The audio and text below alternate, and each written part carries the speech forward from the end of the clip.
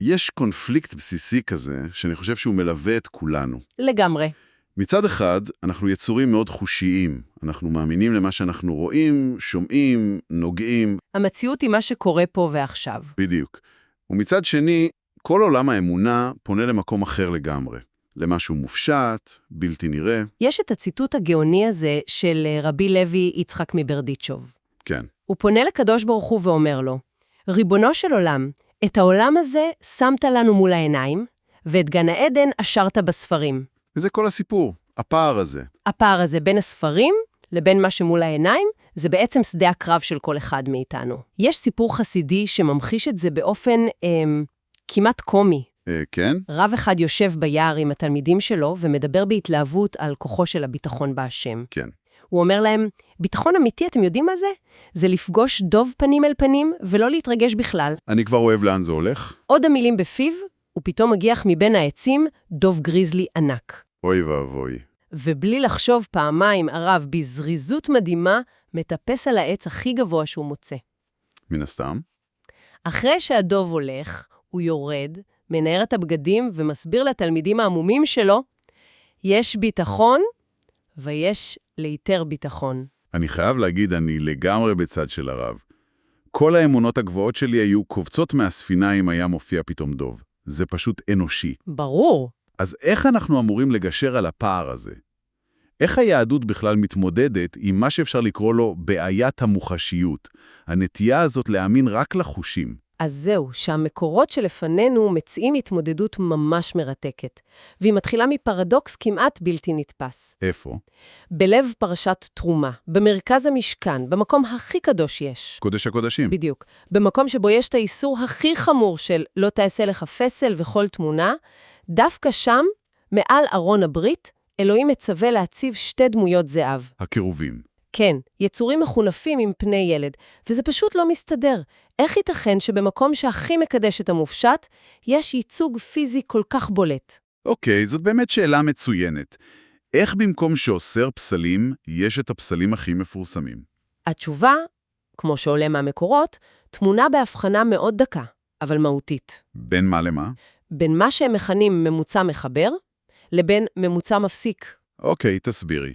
הקרובים בקודש הקודשים לא היו, חס וחלילה, אובייקט של עבודה זרה. הם לא היו המטרה. הם היו ממוצע מחבר. כלומר? התפקיד שלהם היה ליצור התפעלות, לעורר אצל הכהן הגדול, שנכנס לשם פעם בשנה, איזושהי יראה, חיבור רגשי עמוק לאלוקות המופשטת. זה היה כמו גשר ויזואלי. בדיוק.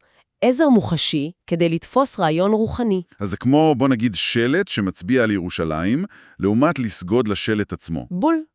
השלט הוא רק אמצעי, לא המטרה. וזו בדיוק הייתה הטעות של חטא העגל. בדיוק. חטא העגל הוא הדוגמה הקלאסית לממוצע מפסיק. שהם הפכו את האמצעי למטרה. נכון מאוד. הם לקחו רעיון דומה, הצורך במשהו מוחשי שיקשר אותם לאלוקות שמשה איננו, והפכו את העגל למקור הכוח העצמאי. הם אמרו, אלה אלוהיך ישראל. הם יחסו את הכוח לעגל. הגשר הפך לקיר. בדיוק. אבל למה דווקא עגל? הבחירה הזאת נראית לי קצת אקראית. אז כאן יש נקודה לשונית פשוט מדהימה. אוקיי. בחזון המרכבה של יחזקאל, הוא מתאר את החיות שנושאות את כיסא הכבוד. פעם אחת הוא כותב פני שור, ופעם אחרת פני הכרוב. באותו תיאור. באותו תיאור ממש. וחז"ל למדו מכאן שהמילה כרוב בארמית, שהייתה שפת הדיבור אז, קשורה למילה שור. וואו. לכן, כשבני ישראל רצו ליצור ממוצע חלופי למשה, בהשראת מה שהם שמעו על הכרובים, הם יצרו עגל, שזה בעצם שור קטן. זה מדהים. אז הטעות שלהם הייתה כמעט טכנית. במובן מסוים, כן? הם שמעו על רעיון של יצור חזק, מקונף, שקשור לאלוקות, ובתרגום שלהם זה הפך לעגל. הם בנו את הסוג הנכון של הדבר, אבל עם כוונה הפוכה לגמרי. זה מרתק. זה מראה כמה דק הגבול וכמה קל לחצות אותו. אבל מה שעוד יותר מרתק זה שהרעיון הזה להשתמש בסמל מוחשי כדי להעביר מסר מופשט, הוא לא סתם סיפור תנכי. נכון. זו טכניקת שכנוע בסיסית שמשתמשים בה עד היום, בכל תחום. אוקיי, אבל פה אני רוצה קצת לאתגר, זה לא פשוט, מניפולציה. שאלה טובה. המקורות מביאים את הדוגמה של צ'רצ'יל.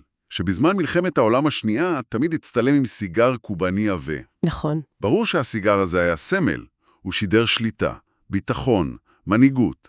אבל איפה עובר הגבול בין ממוצע מחבר לבין, בוא נגיד, תעמולה שעוקפת את המחשבה הרציונלית? זו שאלת $1,000,000. זה בדיוק על התפר הדק הזה. הכלי עצמו, השימוש בסמל מוחשי, הוא ניטרלי, הכוונה היא מה שקובע. כלומר, סמל מוחשי יכול לרומם, כמו הקרובים שנועדו לחבר אותנו לאינסוף, והוא יכול לשמש כדי לשלוט, כדי ליצור דימוי. צ'רצ'יל השתמש בו כדי להשרות ביטחון בעם שלו. שזה לגיטימי. כנראה שכן, אבל הכוח הזה ברור שהוא יכול להיות גם מסוכן. אני חושב על הדוגמה הנוספת שהבאתם, משל השמן והרזה, של בנימין נתניהו. כן, דוגמה חזקה. כדי להסביר רעיון כלכלי מופשט, הוא לא השתמש בגרפים, הוא הראה תמונה פשוטה. איש רזה סוחב על גבו איש שמן. והתמונה הזאת נצרבה בתודעה. היא הייתה אפקטיבית בטירוף. אבל היא גם משטיחה מציאות מורכבת, אז ממוצע מחבר לרעיון, או ממוצע מפסיק מדיון אמיתי. זו דוגמה מצוינת למורכבות. מצד אחד זה חיבר המונים לרעיון כלכלי. מצד שני, זה עצר את הדיון שם. הפך הכל לשחור ולבן. נכון. אבל יש גם דוגמאות יותר, בוא נגיד, תמימות. המקורות מספרים על מנהל עיצוב בחברת טארגט, שרצה לשכנע קניינים לייצר בגדים צבעוניים יותר. אוקיי.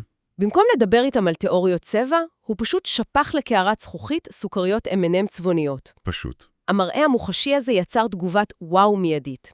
הוא השתמש בחוויה חושית כדי להעביר רעיון מופשט של הרמוניה ויזואלית. אז אם נסכם רגע, הכלי הכי חזק לשכנוע, בין אם זה בשיווק, בפוליטיקה או בעבודת השם, הוא פנייה לחושים. לגמרי. והשאלה היא רק אם משתמשים בו כדי לפתוח דיון או כדי לזכור אותו. ואם זה נכון, והנטייה לעבודת אלילים כמו פעם כבר לא קיימת, זה אומר שהתגברנו על הבעיה? הנטייה הזאת להיצמד למוחשי נעלמה? ממש לא. היא לא נעלמה. היא פשוט עברה מוטציה. איך? חז"ל מספרים שאנשי כנסת הגדולה ביטלו את יצר עבודת האלילים הקלאסי. היום כבר לא משתחווים לפסלי עץ ואבן. אבל הנטייה שלנו למוחשיות חזרה בדלת האחורית בצורות הרבה יותר מתוחכמות. כמו מה, למשל? האלילים החדשים שלנו, כמו שהמקורות מציגים, הם המומחים. רגע, אבל לסמוך על מומחה זה הגיוני, לא? אם יש לי בעיה רפואית, אני רוצה את הרופא הכי טוב מבוסטון. ברור. אם אני מסתבך משפטית, אני רוצה עורך דין תותח. זה נשמע קצת מסוכן להתעלם ממומחיות. וזו בדיוק הנקודה.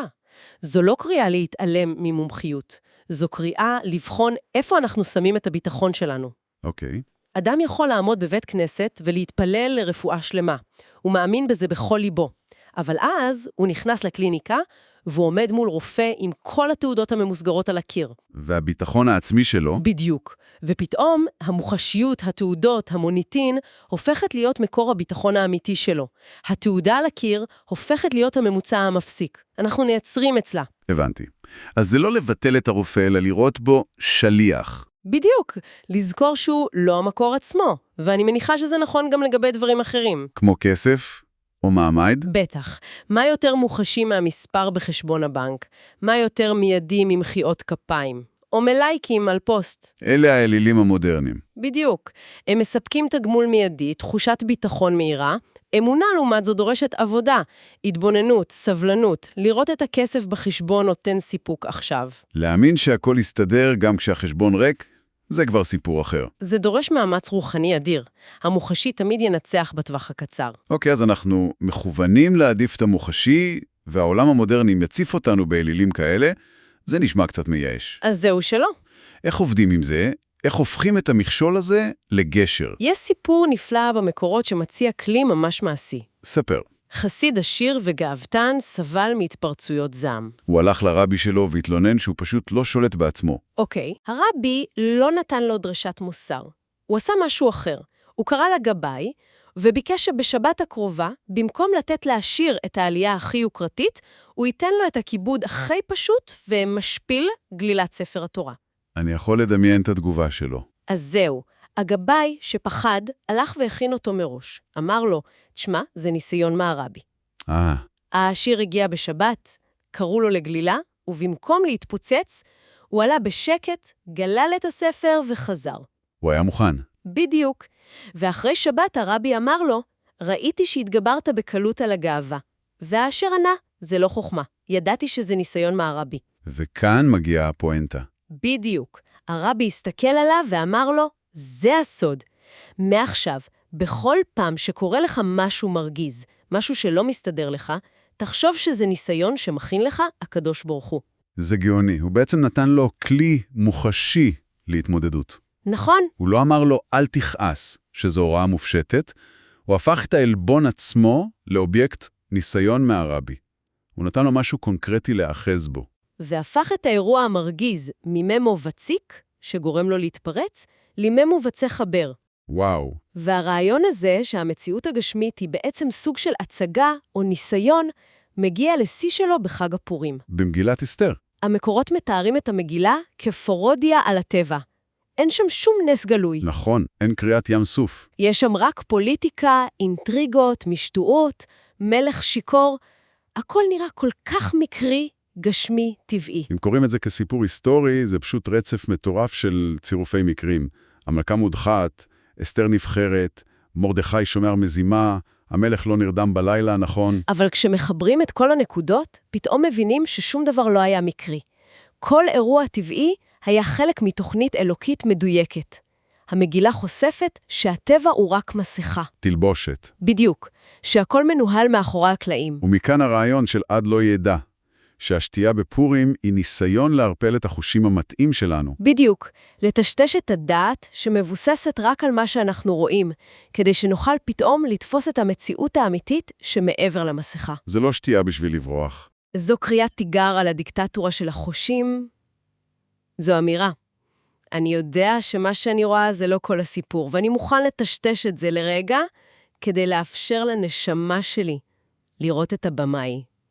אז אם נאסוף את הכל, האתגר הוא לא לברוח מהמוחשיות, אלא ללמוד להשתמש בה, להפוך אותה לממוצע מחבר. ולהיזהר לא ליפול למלכודת של הפיכתה לממוצע מפסיק.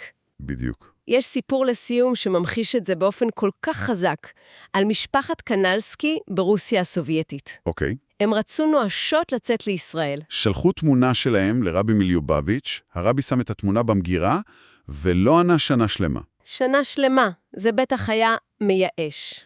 לגמרי. אחרי שנה, בערב יום כיפור, הרבי הוציא את התמונה ואמר למזכיר שלו, אני לא צריך אותה יותר. כמה חודשים אחרי זה, המשפחה מצאה דרך לשחד פקיד KGB בסכום עתק. וקיבלה אישור יציאה. באורח פלא. כשהם הגיעו לרבי, הגברת קנלסקי סיפרה לו בהתלהבות איך השוחד הגדול שהם שילמו עזר להם לצאת. היא סיפרה לו על הפעולה המוחשית, הגשמית. בדיוק. והרבי הסתכל עליה, חייך חיוך רחב ושאל שאלה אחת. מה הוא שאל? זאת הופכת את כל התמונה. הוא לא אמר שהשוחד לא היה נחוץ. הוא אמר שהוא לא היה הסיבה.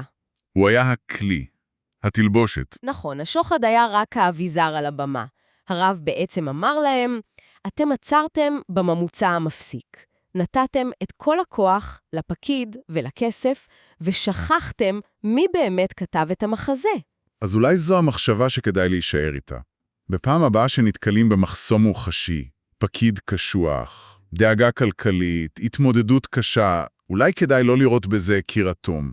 אלא לנסות לראות בזה אביזר על הבמה. תזכורת מוחשית לחפש את מי שבאמת מנהל את כל ההצגה מאחורי הקלעים.